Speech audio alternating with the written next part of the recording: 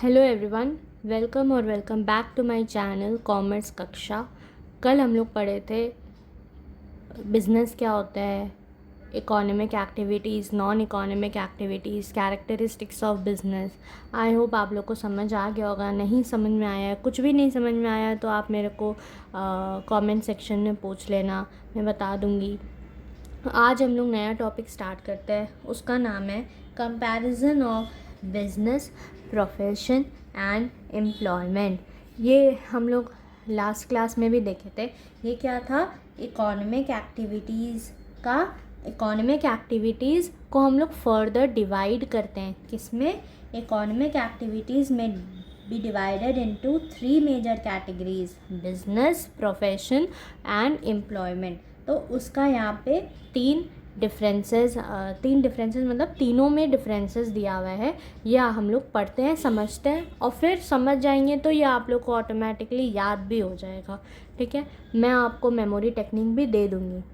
तो हम लोग, अच्छा हाँ, एग्ज़ाम में आएगा तो आप लोग ऐसे बेसिस करके लिखना कि किस बेसिस पे हम इन सब में कंपेयर कर रहे हैं, मतलब क्या बेसिस में हम इन दोनों को या फिर इन तीनों के बीच में कंपैरिजन दिखा रहे हैं कि ये इससे अलग है, ये इससे अलग है, या ये तीनों आपस में अलग अलग है, किस बेसिस पे। तो ये आप लिखना एग्ज़ाम में। ठीक है, अब हम लोग स्टार्ट करते हैं। पहला है mode of establishment. Mode of establishment का मतलब कि कैसे बनता है, कैसे स्टार्ट होता है business. Entrepreneurs decision and other legal formalities if necessary. मतलब जो बिज़नेस स्टार्ट कर रहा है वो उसका डिसीजन, एंटरप्रेन्योर्स का डिसीजन, या फिर other legal formalities if necessary. मतलब हर केस में ज़रूरी नहीं होता है लीगल फॉर्मेलिटीज़ होना चाहिए। कोई ऐसा इंसान कोई ऐसा बिज़नेस ऑप्ट करता है जिसमें आपको गवर्नमेंट का अप्रूवल का ज़रूरत पड़ता है, या फिर कोई लाइसेंस का ज़रूरत पड़ता है। तो उस केस में कोई भी अदर लीगल फॉर्मेलिटीज़, कोई पेपर वर्क कंप्लीट करना होगा या कुछ भी, तो वो तो बिज़नेस कोई वैसा ऑप्ट करे तो वैसे कोई ज़रूरत नहीं पड़ता है। वैसे जो एंटरप्रेन्योर है बस उसका डिसीजन का ज़रूरत पड़ता है उसको बिज़नेस स्टार्ट करने के लिए। अब आते हैं प्रोफेशन को पॉइंट स्टार्ट करने के लिए मैं बता रही हूँ, आप एक बार दिमाग में अपना रख लेना सीए फर्म। ठीक है, उससे आपको सारे पॉइंट्स समझ में आ जाएंगे। एक सीए फर्म, तो प्रोफेशन, उसमें क्या है? Membership of a professional body and certificate of practice. इसका मतलब ये प्रोफेशन सीए फर्म कैसे बनेगा? पहले तो उसको सीए बनना पड़ेगा। लोग सीए बनते हैं तो वो फिर institute of chartered accountants of India के वो मेंबर बन जाते हैं। तो वही बता रहे हैं, membership of a professional body. एक चार्टर्ड अकाउंटेंट्स का जो इंस्टीट्यूट होता है वो एक प्रोफेशनल बॉडी है, तो उसका वो मेंबर बन गया, वो सीए बन गया तो वो उसका मेंबर बन गया। लेकिन बस सीए बनने से नहीं होता है, मतलब बस एक मेंबर बनने से नहीं होता है। उसके बाद आपको सर्टिफिकेट ऑफ प्रैक्टिस के लिए अप्लाई करना पड़ता है। वो जब आ जाएगा तो ये दोनों चीज़ ज़रूरी है एक सीए फर्म को इस्टेब्लिश करने के लिए, एक सीए फर्म को स्टार्ट करने के लिए। ठीक है, तो वही बोल रहा है, membership of a professional body. एक सीए बनो पहले आप, फिर सर्टिफिकेट ऑफ प्रैक्टिस लो, फिर ही आप स्टार्ट कर सकते हो।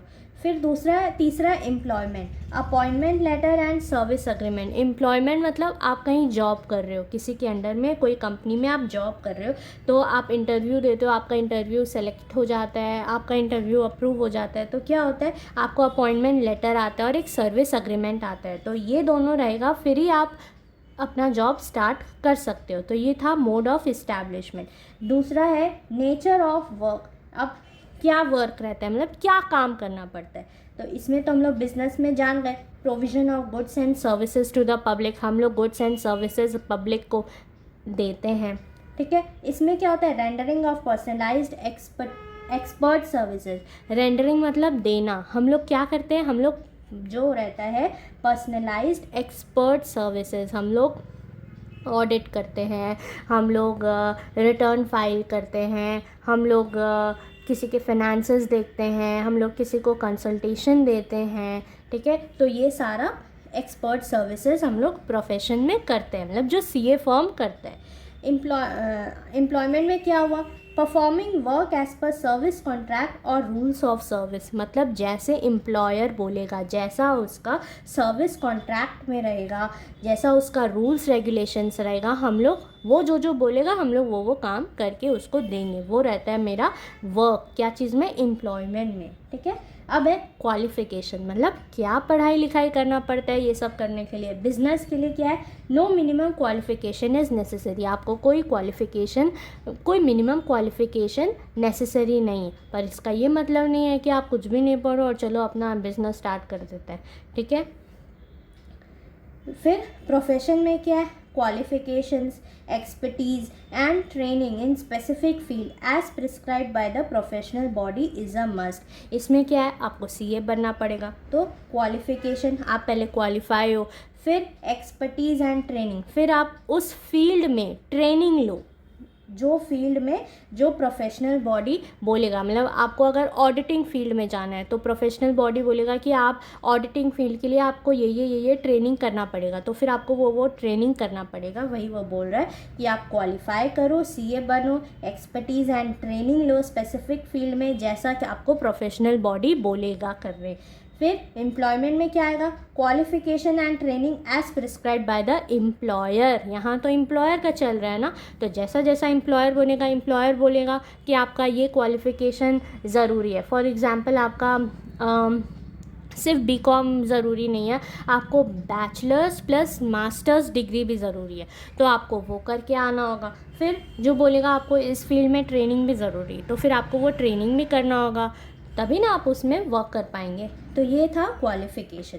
फिर है रिवॉर्ड और रिटर्न, हम लोग को मिलेगा क्या, हम लोग काम तो कर दिए, अब हम लोग को रिटर्न क्या मिलेगा। बिजनेस में क्या था, क्या बताए थे, बताओ, प्रॉफिट अर्न। हम लोग प्रॉफिट मोटिव से बिजनेस करते हैं, हम लोग लास्ट क्लास में सीखे थे। तो जो प्रॉफिट कमाएंगे वो हमारा रिवॉर्ड होगा, वो हमारा रिटर्न होगा। प्रोफेशन में क्या होगा, प्रोफेशनल फीस, जो हम लोग को हमारे क्लाइंट जो हम लोग को फीस देंगे वो हमारा रिवॉर्ड रिटर्न होगा। और इसमें क्या होगा, एम्प्लॉयमेंट में सैलरी और वेजेस। फिर है कैपिटल इन्वेस्टमेंट मतलब हम लोग स्टार्टिंग में कितना पैसा लगाएंगे, क्या पैसा लगाएंगे। तो क्या बोल रहा है, capital investment required as per size and nature of business. हम लोग कैरेक्टरिस्टिक्स ऑफ बिजनेस में याद है एक जगह देखे थे कि बिजनेस छोटे रूप में भी हो सकता है, बिजनेस बड़े रूप में भी हो सकता है। तो छोटे रूप में बिजनेस में क्या होगा, कम पैसा लगेगा स्टार्टिंग में। बड़ा रूप में बिजनेस करना है तो क्या लगेगा, ज़्यादा पैसा लगेगा हम लोग को। तो वही बोल रहा है, capital investment required as per size and nature of business. जैसा साइज होगा बिजनेस का, जैसा नेचर होगा बिजनेस का, उस हिसाब से हम लोग को कैपिटल लगाना पड़ेगा बिजनेस में, ठीक है। और इसमें क्या है, प्रोफेशन में limited capital needed for establishment. इसमें लिमिटेड मतलब उतना नहीं, बिजनेस जितना नहीं, लेकिन कुछ तो कैपिटल लगेगा ना। अब कुछ तो कैपिटल लगेगा का एग्जाम्पल हम बोले थे ना, सीए फर्म बना रहे हैं हम लोग, तो सीए फर्म में आपको एक ऑफिस लेना होगा, या तो आप बाय करोगे या आप रेंट पे लोगे। फिर उसके अंदर आपको कंप्यूटर्स लाना होगा, उसके लिए आपको अपना फर्नीचर सेटअप कराना होगा, ठीक है। तो ये छोटा छोटा जो भी है ये आपका कैपिटल इन्वेस्टमेंट हो गया एक सीए फर्म को स्टार्ट करने के लिए। एम्प्लॉयमेंट में क्या है, नो कैपिटल रिक्वायर्ड, आपको तो उसके ऑफिस में जाके काम करना है, ठीक है। तो इसमें क्या कैपिटल रिक्वायरमेंट है, इसमें नो कैपिटल रिक्वायरमेंट। फिर है रिस्क। अब रिस्क क्या है, profits are uncertain and irregular, risk is present. हम लोग कैरेक्टरिस्टिक्स ऑफ बिजनेस में क्या पढ़े थे कि हम लोग को पता ही नहीं है, लैक ऑफ नॉलेज है, हम लोग को पता नहीं है प्रॉफिट कितना मिलेगा भी कि नहीं मिलेगा, ठीक है। और रिस्क भी रहता है। इसमें क्या है, fees is generally regular and certain some risk, मतलब फीस जनरली रेगुलर रहता है और सर्टेन भी रहता है कि हाँ हमको इस क्लाइंट से मेरा ये काम है तो मेरे को ये क्लाइंट से इतना फ़ीस मिलेगा। तो जनरली सर्टेन रहता है, मतलब थोड़ा रिस्क रहता है, क्या पता क्लाइंट हमको छोड़ के दूसरे सीए के पास चले जाए, दूसरे सीए फर्म में चले जाए, समझ रहे हैं। तो वो थोड़ा सा रिस्क रहता है, ज़्यादा रिस्क नहीं रहता है। और इसमें क्या रहता है, फिक्स्ड एंड रेगुलर पे, नो और लिटिल रिस्क। इसमें तो एकदम ही ना के बराबर रिस्क रहता है। क्यों, क्योंकि मेरे को पता है हर महीना मेरे को इतना सैलरी मिलना है, फिक्स्ड है मेरा पैसा, और रेगुलरली मिलना है, हर महीने मिलना है, ठीक है। तो ये ऐसे। फिर क्या है, transfer of interest. Transfer of interest का मतलब क्या होता है, ये आप लिख लीजिए। ट्रांसफ़र ऑफ इंटरेस्ट का मतलब होता है transfer of ownership of business from one person to another. मतलब मान लो एक बिजनेस है, वो मिस्टर ए का है, तो वो अब मिस्टर बी को ट्रांसफ़र कर रहा है, तो वो होता है ट्रांसफ़र ऑफ ओनरशिप। ठीक है। ट्रांसफ़र ऑफ इंटरेस्ट मतलब अब ए ओनर नहीं रहेगा, ए अपना ओनरशिप बी को ट्रांसफ़र कर दे रहा है, तो अब बी ओनर रहेगा वो बिज़नेस का। वही बोल रहा है, उसको मतलब रहता है ट्रांसफ़र ऑफ इंटरेस्ट। तो इसमें क्या हुआ, transfer possible with some formalities, मतलब ट्रांसफ़र हो जाएगा आपका, लेकिन कुछ फॉर्मेलिटीज़ रहेगा, मतलब कुछ पेपर वर्क रहेगा या कुछ साइन वाइन करना रहेगा, ये सब रहेगा। ठीक है। इसमें प्रोफेशन में आप खुद सोचो, कॉमन सेंस है, नॉट पॉसिबल ऑब्वियसली।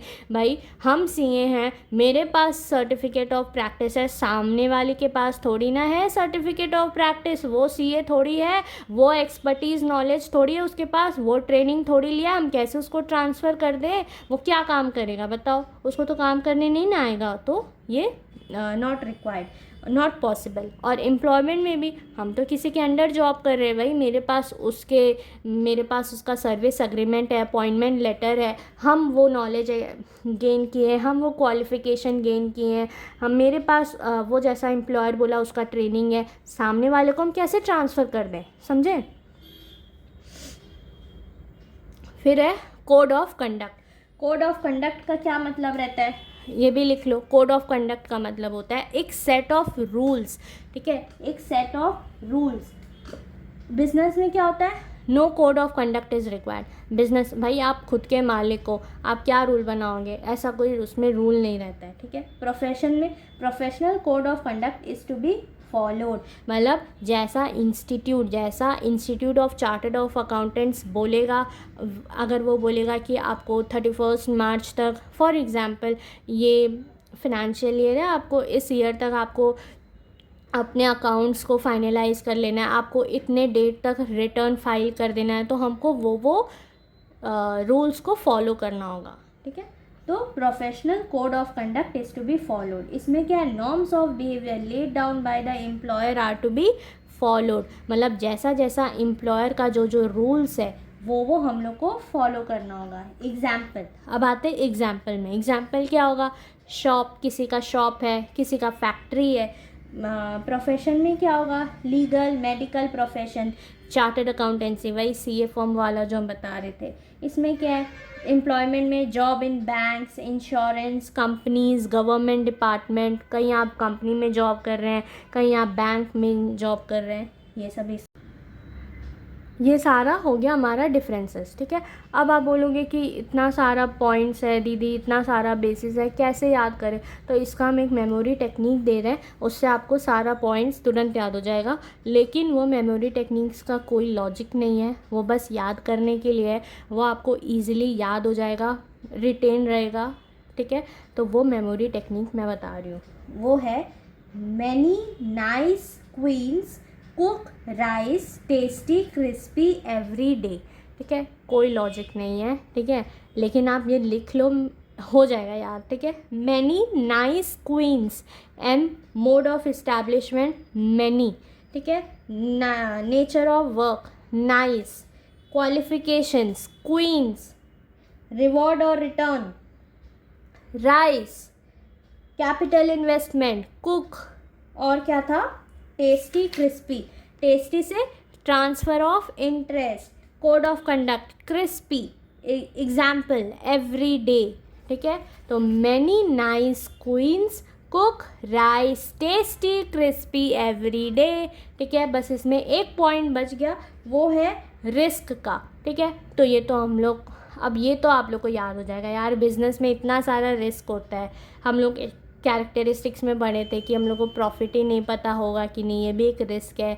फिर वैसे भी रिस्क रहता है कि कहीं चोरी हो गया, थेफ्ट, जो भी हम लोग कल पढ़े थे, natural calamities, change in customer fashion, lifestyle, taste. ठीक है, तो रिस्क तो होता है। ठीक है, तो ये रिस्क को आप ऐसे ही याद कर लेना।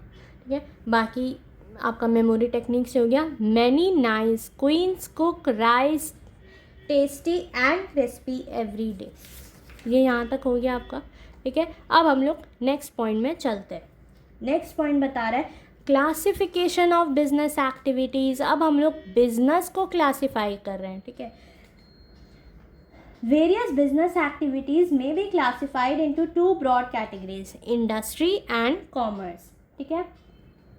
Industry is concern with the production और processing of goods and materials. Industry क्या चीज़ से कंसर्न रहता है? इंडस्ट्री में प्रोडक्शन या फिर प्रोसेस होता है गुड्स एंड मटेरियल्स का। वही कॉमर्स, कॉमर्स कहीं प्रोड्यूस नहीं करता है। कॉमर्स क्या चीज़ इन्वॉल्व करता है? Commerce include all the necessary facilities for facilitating the exchange of goods and services. मतलब commerce include all those activities which are necessary for facilitating the exchange. मतलब हम लोग पढ़े थे ना कि बिजनेस में गुड्स और सर्विसेज एक्सचेंज होना ज़रूरी, तो वो एक्सचेंज करने के लिए जो जो एक्टिविटीज़ इन्वॉल्व होता है वो कॉमर्स इंक्लूड करता है। मैं जानती हूँ अभी कुछ नहीं समझ में आएगा, धीरे धीरे हम लोग बढ़ रहे हैं, सब समझ में आएगा, ठीक है। ये बस ऐसे ही लिखा था तो बता दिए, ठीक है। अब हम लोग यहाँ इंडस्ट्री से स्टार्ट करते हैं। बस ये याद रखना कि बिजनेस का दो पार्ट होता है, एक तो होता है इंडस्ट्री, एक होता है कॉमर्स, ठीक है। फर्स्ट हम लोग स्टार्ट करते हैं इंडस्ट्री से। Industry refers to economic activities which are connected with conversion of resources into useful goods. Industry क्या होता है? इंडस्ट्री में होता है कि हम लोग एक रिसोर्स को लाए, हम लोग एक रॉ मटेरियल को लाए, उसको हम लोग प्रोसेस कर करके उसको हम लोग एक यूज़फुल गुड्स बनाएं ताकि कस्टमर उसको यूज़ कर सके। मतलब एक हम लोग फिनिश गुड्स बनाएं, हम लोग एक फाइनल गुड्स बनाएं जो कि कस्टमर यूज़ कर सके। उस प्रोसेस को बोलते हैं, वो कौन करता है? वो इंडस्ट्री करता है, ठीक है। These include activities relating to producing or processing of goods as well as breeding and raising of animals. ये इंडस्ट्री क्या इंक्लूड करता है? एक्टिविटीज़। क्या एक्टिविटीज़? प्रोड्यूस या process of goods as well as, या तो वो गुड्स को प्रोड्यूस करता है ताकि वो फाइनल गुड्स बने, जैसा हम अभी थोड़ी देर यहाँ पे बताए ना कि जैसा वो एक रॉ मटेरियल्स को लाता है या वो एक रिसोर्सेज को लाता है, उसको हम लोग फाइनल गुड्स बनाते हैं। वही सेम पॉइंट घुमा के बोला है। These include activities relating to producing और प्रोसेसिंग। हम लोग एक गुड्स को हम लोग एक गुड्स को बना रहे हैं, as well as breeding and raising of animals. अब आप बोलोगे कि भाई यहाँ पे गुड्स एंड सर्विसेज का बात हो रहा है, यहाँ breeding and raising of animals कहाँ से आया? तो वो हम लोग आगे आगे पढ़ेंगे, यहाँ पे तो समझ में आएगा, ठीक है। The term industry is also use to mean group of firms producing similar और रिलेटेड गुड्स, ठीक है। अब इंडस्ट्री का तो मतलब हम लोग समझ गए कि जो ऐसे एक्टिविटीज़ में इन्वॉल्व होते हैं कि जो गुड्स को बनाते हैं एक रिसोर्सेज से, ठीक है, या फिर एक रॉ मटेरियल से बनाते हैं। कौन बनाता है? वो इंडस्ट्री बनाता है। उसका यही मतलब लिखा था। लेकिन अब यहाँ बोल रहा है कि इंडस्ट्री और कहाँ यूज़ होता है? Means group of firms producing similar और रिलेटेड गुड्स। इसका हम एग्जाम्पल देते हैं। देखो, cotton textile industry refers to all manufacturing units producing textile goods from cotton. मतलब एक कॉटन से जो टेक्सटाइल गुड्स बना, एक कॉटन से जो कपड़ा बना, तो मान लो ए भी बना रहा है, बी फर्म भी बना रहा है, सी फर्म भी बना रहा है, डी फर्म भी बना रहा है। तो ए फर्म, बी फर्म, सी फर्म, डी फर्म, जो ये जो चारों है ना, ए से लेके डी तक, ये चारों को हम लोग क्या बोलेंगे? Textile industry, cotton textile industry. क्यों बोलेंगे कॉटन टेक्सटाइल इंडस्ट्री? क्योंकि ये चारों जन सेम चीज़ बना रहे हैं, कॉटन से कपड़ा बना रहे हैं, ठीक है। अब क्या है? Similarly electronic industry would include all firms producing electronic goods. Electronic industry में कौन कौन आएगा? वो सारा फर्म आएगा जो इलेक्ट्रॉनिक गुड्स बना रहे हैं, ठीक है। And so on. Further certain services like banking and insurance are also referred to as industry. अब बैंकिंग और इंश्योरेंस को भी हम लोग इंडस्ट्री बोलेंगे। अब आप बोलोगे कि दीदी ये लोग तो गुड्स नहीं बना रहे। अरे भैया ये लोग सर्विसेज तो दे रहा है ना, तो बैंकिंग इंडस्ट्री, इंश्योरेंस इंडस्ट्री, ऐसे, ठीक है। समझ में आ गया? क्या समझ में आया? क्या है बताओ? इंडस्ट्री क्या हुआ? इंडस्ट्री ये हुआ कि इंडस्ट्री एक रिसोर्सेज को, इंडस्ट्री क्या है, इंडस्ट्री क्या काम करता है? इंडस्ट्री एक रिसोर्सेज को, एक रॉ मटेरियल्स को लेता है और उसको फाइनल गुड्स में, फिनिश्ड गुड्स में, यूज़फुल गुड्स में वो कन्वर्ट करता है, प्रोसेस करता है, प्रोड्यूस करता है एक वो गुड्स को बनाता है। उसको कौन बनाता है? वो इंडस्ट्री बनाता है। सिंपल। फिर हम लोग क्या पढ़े थे कि मान लो 4 फर्म है या कितना भी फर्म है, अगर वो सब लोग सेम प्रोडक्ट्स बना रहे हैं तो उन लोग को भी हम लोग इंडस्ट्री बोलेंगे। जैसे हम लोग 2 एग्जांपल देखें, एक कॉटन टेक्सटाइल इंडस्ट्री जो वही कॉटन से कपड़ा बना रहा है, तो 4 जन बना रहे हैं तो हम लोग चारों को मिला के क्या बोलेंगे? Cotton textile industry. एक इलेक्ट्रॉनिक इंडस्ट्री क्या हुआ? जो जिसमें इलेक्ट्रॉनिक फर्म्स इलेक्ट्रॉनिक गुड्स बना रहे हैं, जो फर्म्स इंक्लूड ऑल फर्म्स, सारा फर्म्स जो इलेक्ट्रॉनिक गुड्स बना रहे हैं उसको हम लोग इलेक्ट्रॉनिक इंडस्ट्री बोलेंगे। ठीक है, अब हम लोग चलते हैं, इंडस्ट्री में भी डिवाइडेड इनटू 3 ब्रॉड कैटेगरीज।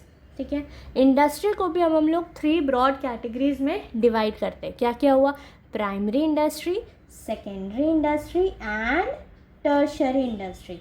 ठीक है, अब ये मत बोलना कि यार इतना सारा है, पहले भी इतना सारा क्या क्या डिवाइड हुआ, अब हम लोग इसमें भी डिवाइड कर रहे हैं। अच्छे से चार्ट बना हुआ है, उससे आपको समझ में आ जाएगा। अभी क्या कौन कौन क्या क्या है वो समझ जाओ, आपके लिए फिर बात के लिए ईजी हो जाएगा। ठीक है, अब हम लोग चल रहे हैं प्राइमरी इंडस्ट्री में।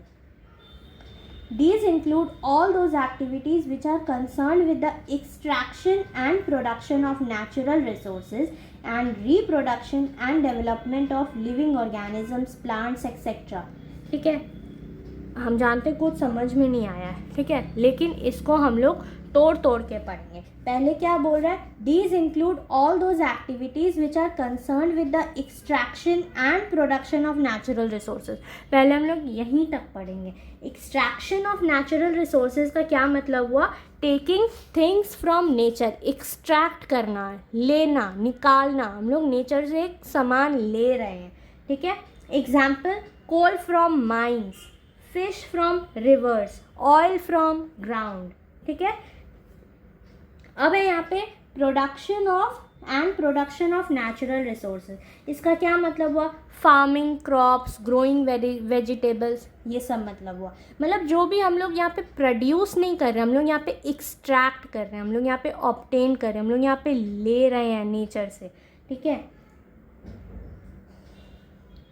These are divided as follows: extractive industries और genetic industries। मतलब इंडस्ट्री के अंदर आया प्राइमरी इंडस्ट्री। अब प्राइमरी इंडस्ट्री में भी होता है एक्सट्रैक्टिव इंडस्ट्री और genetic industry. Extractive industries, these industries extract or draw products from natural sources. Extractive industries supply some basic raw materials that are mostly products of geographical or natural environment। ठीक है, products of these industries are usually transformed into many other useful goods by manufacturing industries। नहीं समझ आया होगा। Extractive industries क्या होता है? देखो, एक्सट्रैक्टिव इंडस्ट्रीज़ देखो, एक्सट्रैक्टिव का मतलब क्या होता है? Taking out something from nature. Example, farmer क्या करेगा? Take crops from lands. Miner take coal from earth। lumbering take goods from forest। fishing take fish from water। ये सारा एक एग्जाम्पल हुआ। मतलब यहाँ पे कोई गुड्स प्रोड्यूस नहीं हो रहा है, यहाँ कोई गुड्स बन नहीं रहा है, यहाँ सिर्फ हम लोग नेचर से ले रहे हैं। तो वही बोल रहा है कि हम लोग एक्सट्रैक्ट करें। दीज इंडस्ट्रीज एक्सट्रैक्ट और draw products from natural sources. Extractive industries supply some basic raw materials. ठीक है, अब बोल दिए कि हाँ, फिर प्रोडक्ट्स कैसे बनेगा? हम लोग तो नेचर से ले लिए ये सारा, तो यहाँ लिखा हुआ है products of these industries are usually transformed into many other useful goods by manufacturing industries. यहाँ पे मैन्युफैक्चरिंग इंडस्ट्रीज़ है, तो ये मैन्युफैक्चरिंग इंडस्ट्रीज़ लेता है ये लोग से और फिर वो फाइनल प्रोडक्ट्स बनाता है। एक्सट्रैक्टिव इंडस्ट्रीज़ बनाता नहीं, वो बस नेचर से लेता है। ठीक है, important extractive industries include farming, mining, lumbering, hunting and fishing operations. ठीक है, genetic industries. These industries are engaged in breeding plants and animals for their use in further reproduction. ये इंडस्ट्रीज़ क्या करते हैं? ये इंडस्ट्रीज़ लिविंग ऑर्गेनिजम्स को grow होने में, डेवलप करने में और फिर फर्दर रिप्रोड्यूस करने में हेल्प करता है. ठीक है, तो दीज इंडस्ट्रीज़ ये ऐसे ही इंडस्ट्रीज़ ये इसी एक्टिविटीज़ में इंगेज होते हैं, लिविंग ऑर्गेनिजम्स को ग्रो करने में, डेवलप करने में, और फिर वो लिविंग ऑर्गेनिजम्स फर्दर रिप्रोड्यूस होता है. तो ऐसे ऐसे लिविंग ऑर्गेनिजम्स बढ़ते रहता है. तो ये वो एक्टिविटीज़ में इंगेज होता है, breeding and growing, breeding plants and animals for their use in further reproduction. Seeds and nursery companies are typical examples of genetic industries. In additional activities of cattle breeding farms, poultry farms and fish hatchery come under genetic industries. जैसे कि यहाँ पे दिया हुआ है ना कि ये seeds and nursery companies are typical examples. तो क्या हुआ? सीड्स एंड नर्सरी कंपनीज का grow seeds for more plants. ठीक है, कैटल ब्रीडिंग फार्म्स क्या करेगा? Breed animals. पोल्ट्री फार्म्स क्या करेगा? Raise chickens. मतलब ये सब बेसिक एग्जाम्पल है. अब हम आपको एक सिंपल सा बात बताते हैं. देखो, एक्सट्रैक्टिव का कैसे मतलब हुआ? एक्सट्रैक्टिव, एक्सट्रैक्ट मतलब टेक फ्रॉम नेचर. हम लोग एक्सट्रैक्ट कर रहे हैं, हम लोग ले रहे हैं. और जेनेटिक का क्या मतलब हुआ? जेनरेट मतलब प्रोड्यूस मोर लिविंग थिंग्स, मोर लिविंग ऑर्गेनिजम्स. ठीक है, अब चलो एक एग्जांपल देते हैं, उससे और क्लियर हो जाएगा. मान लो हमें suppose I go to a river. ठीक है, and catch fish. So what I am doing? I am extracting from the nature. So this is what? This is an extractive industry. हम एक रिवर गए, वहाँ से हम फिश ले रहे हैं. तो वो क्या हो रहा है? हम नेचर से फिश ले रहे हैं. हम कुछ ये तो नहीं कर रहे हैं, उसको फर्दर कोई गुड्स में हम नहीं प्रोड्यूस कर रहे हैं या कुछ हम वैसा नहीं कर रहे हैं. तो ये क्या हुआ? This is an extractive industry. But if I run a fish breeding farm where fish produces more fish, मतलब हम एक फ़िश ब्रीडिंग फार्म एक इंगेज हैं हम वैसे एक्टिविटी में जहाँ पे फ़िश प्रोड्यूस मोर फिश, दो दैट बिकम्स जेनेटिक इंडस्ट्री. वो फिर जेनेटिक इंडस्ट्री होगा. ठीक है, अब आते हैं हम लोग सेकेंडरी इंडस्ट्रीज़ में. These are concerned with using materials which have already been extracted at the primary sector. देखो हम बोले थे ना यहाँ पे प्राइमरी सेक्टर में कि ये खाली एक्सट्रैक्ट कर रहा है, यहाँ कुछ प्रोड्यूस नहीं हो रहा है प्राइमरी सेक्टर में. अब आते सेकेंडरी सेक्टर में. ये क्या कर रहा है? ये वही सारा मटेरियल्स को यूज़ कर रहा है which have already been extracted at the primary sector. जो प्राइमरी सेक्टर में हम लोग मटेरियल्स को एक्सट्रैक्ट किए, ये वही यूज़ करके फर्दर प्रोसेस कर रहा है, बना रहा है. क्या बना रहा है? फाइनल गुड्स, फिनिश गुड्स बना रहा है.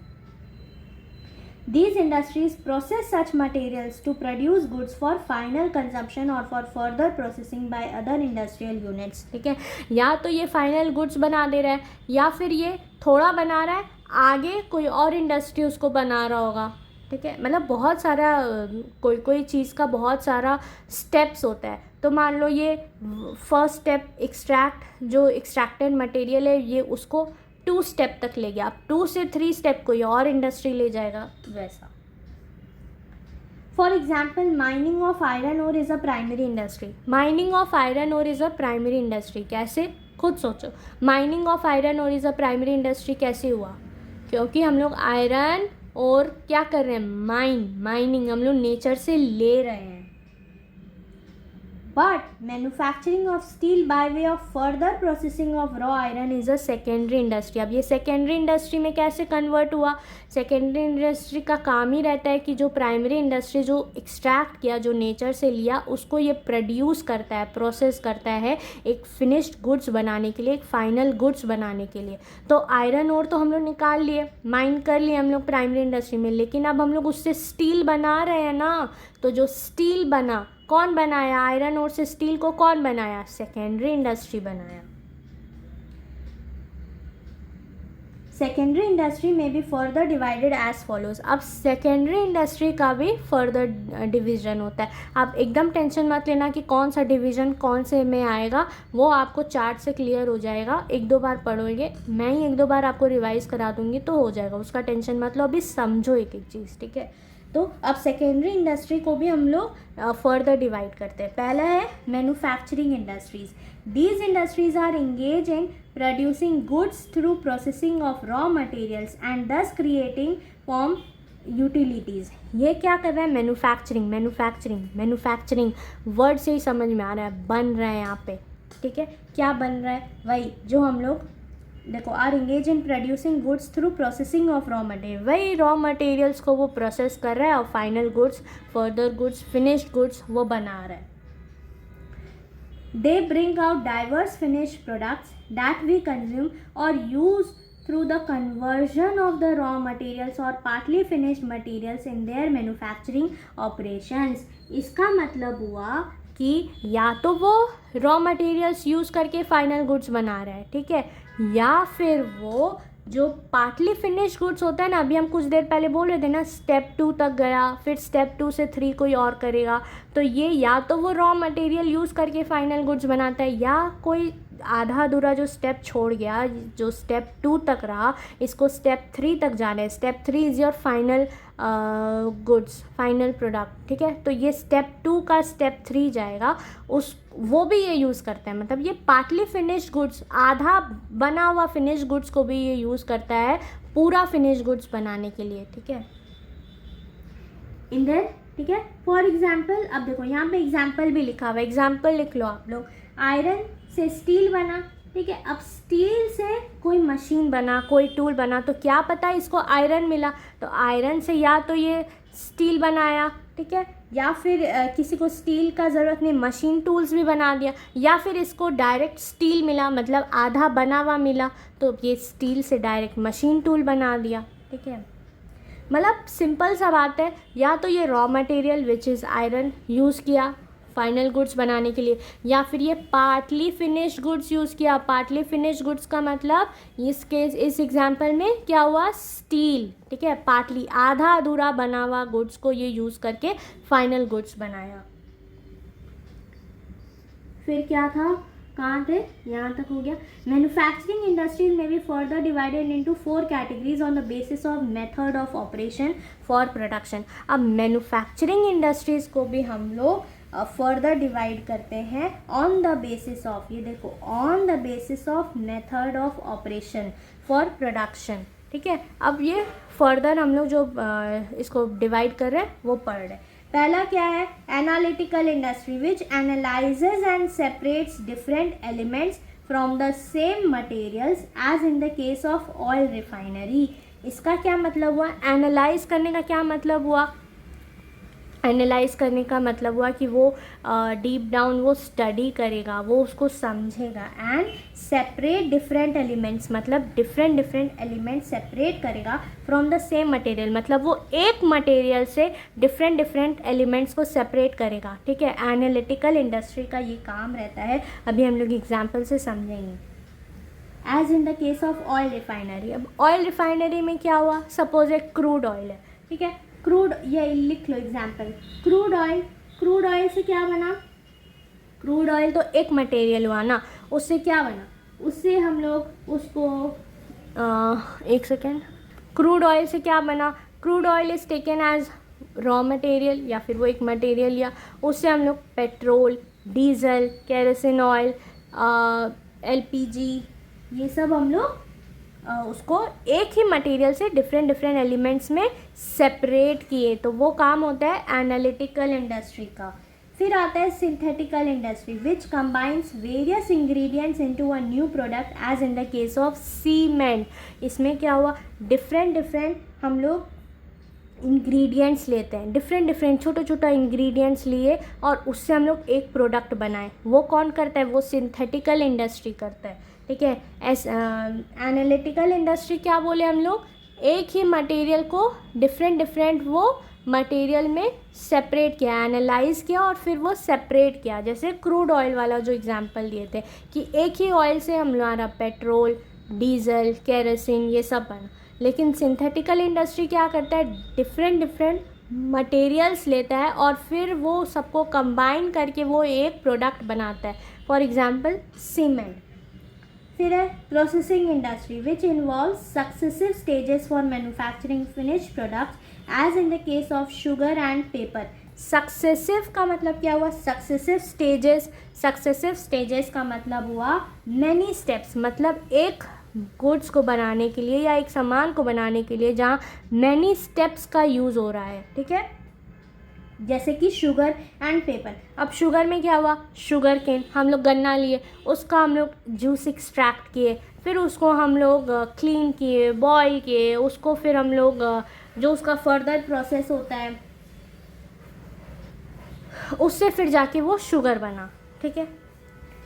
फिर है असेंबलिंग इंडस्ट्री। असेंबलिंग इंडस्ट्री में क्या हुआ, which assembles different components parts to make a new product as in the case of television, car, computer etcetera. Assembling industry, assemble करना, चीज़ों को असेंबल करना, मतलब इसमें क्या हो रहा है कि different different components, different different parts को जोड़ा जा रहा है एक प्रोडक्ट बनाने के लिए, एक नया प्रोडक्ट बनाने के लिए, जैसे कि टेलीविज़न, जैसे कि कार, कंप्यूटर एक्सेट्रा। अब हम लोग देखो कार में क्या क्या होता है, स्टेयरिंग होता है और सीट होता है, टायर होता है, इंजन होता है, तो ये सबको जोड़ के कार बनता है। लेकिन अब आप बोलोगे कि दीदी आप तो जोड़ने में सिंथेटिकल इंडस्ट्री भी बोले, तो इसमें भी तो हम लोग यही सब करें, डिफरेंट डिफरेंट इंग्रेडिएंट्स को लाए और सबको मिक्स किए, एक गुड्स बना, जैसे कि सीमेंट। लेकिन असेंबलिंग इंडस्ट्री में भी हम लोग वही कर रहे हैं, नहीं। ध्यान से देखो, यहाँ सिंथेटिकल इंडस्ट्री में हम लोग इंग्रेडिएंट्स को ला रहे हैं, अलग अलग इंग्रेडिएंट्स को ला रहे हैं और एक प्रोडक्ट बना रहे हैं। लेकिन असेंबलिंग इंडस्ट्री में हम लोग एक डिफरेंट डिफरेंट कंपोनेंट्स को ला रहे हैं, डिफरेंट डिफरेंट हम लोग पार्ट्स को ला रहे हैं, वो भी एक गुड्स ही है। तो छोटा छोटा हम लोग गुड्स को ला रहे हैं एक गुड्स बनाने के लिए। यहाँ पे गुड्स बना हुआ नहीं है सिंथेटिकल इंडस्ट्री में, ठीक है। यहाँ पे एक छोटा छोटा इंग्रेडिएंट्स को लाया जा रहा है एक गुड्स बनाने के लिए। अब नेक्स्ट है construction industries. Construction industries, these industries are involve in the construction of building, dams, bridges, roads as well as tunnels and canals। ये तो समझ में आ रहा है, नॉर्मल रीड करने से भी समझ में आ रहा है कि कंस्ट्रक्शन इंडस्ट्री में क्या होता है। यहाँ बिल्डिंग, रोड और ये सब का, डैम्स, ब्रिजेस, ये सब का कंस्ट्रक्शन हो रहा है, ये सब बन रहा है, ठीक है। Engineering and architectural skills are an important part in the construction industries, ठीक है। यहाँ पे गुड्स नहीं बन रहा है, कंस्ट्रक्शन इंडस्ट्रीज़ में गुड्स नहीं बन रहा है, ये गुड्स कहाँ बनता है, मैन्युफैक्चरिंग इंडस्ट्रीज़ में। थर्ड में क्या आता है, हम लोग क्या पढ़े थे, टर्शियरी इंडस्ट्रीज़, ठीक है। टर्शियरी इंडस्ट्रीज़, ये रीड करने से पहले हम आपको एक एग्जांपल दे रहे हैं, पहले आप वो समझो, फिर आपको वो अच्छे से समझ में आएगा। चलो, टर्शियरी इंडस्ट्रीज़ क्या होता है, देखो बुक छोड़ो, बुक में मत देखो, हम जो बोल रहे वो सुनो। टर्शियरी इंडस्ट्रीज में क्या हुआ, मान लो एक फैक्ट्री है, वो बिस्किट्स बनाया, ठीक है। तो अब आप सोचो कि वो फैक्ट्री से वो बिस्किट्स कस्टमर तक कैसे पहुंचेगा, वो अपने आप चल जाएगा? ऑब्वियसली नहीं जाएगा अपने आप चलकर। तो transport take biscuits to the shop, जो ट्रांसपोर्ट है वो बिस्किट्स को फैक्ट्री से लेके शॉप तक जाएगा, ठीक है। वेयर हाउस, जो उसका गोडाउन है वो वहाँ पे वो बिस्किट्स को स्टोर करेगा। जो एडवर्टाइजिंग एजेंट लोग हैं या जो एडवर्टाइजिंग का काम करता है वो कस्टमर को बताएगा, अच्छा मार्केट में ये ऐसा बिस्किट आया है, इसमें शुगर फ्री है या फिर ये आटा का बना हुआ है, जो भी बिस्किट्स का जो भी अच्छा क्वालिटीज़ है वो बताएगा, ये बहुत टेस्टी है, ऐसे वैसे जो भी है। तो कस्टमर को तब जाके पता चलेगा, अच्छा ऐसा बिस्किट बन के आया, चलो अब लेंगे, खाएंगे, ठीक है। तो अब हम लोग को तो मतलब फैक्ट्री में बन गया, लेकिन हम लोग को फैक्ट्री से डायरेक्ट कस्टमर तक कैसे आएगा?